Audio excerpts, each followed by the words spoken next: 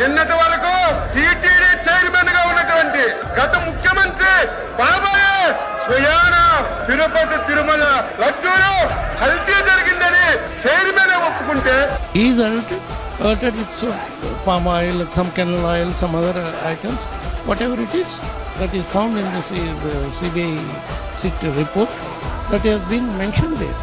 సిగ్గుపడాలి, లెంపలేసుకోవాలి. వీళ్ళు మాట్లాడుతున్నారు.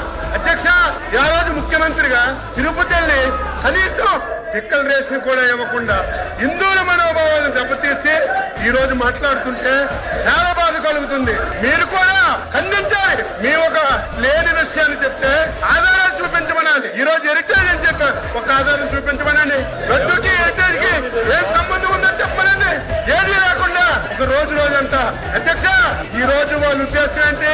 ఈ రోజు సభ జరపకూడదు, రేపు తెల్లవారి దొంగ పేపర్లో, సాక్షి పేపర్లో హెరిటేజ్ ఇష్యూ మీద శాసన మండలి పంపించిపోయిందని రాసుకోవడానికి డ్రామాలు ఆడుతున్నారు తప్ప ఇందో వాస్తవం ఏదుందో చెప్పమని చెప్పి నేను తెలియజేస్తున్నాను.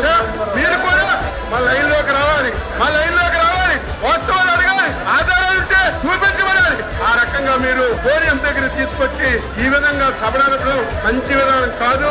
మీరు సీరియస్ గా యాక్షన్ తీసుకోమని నేను కోరుతున్నాను.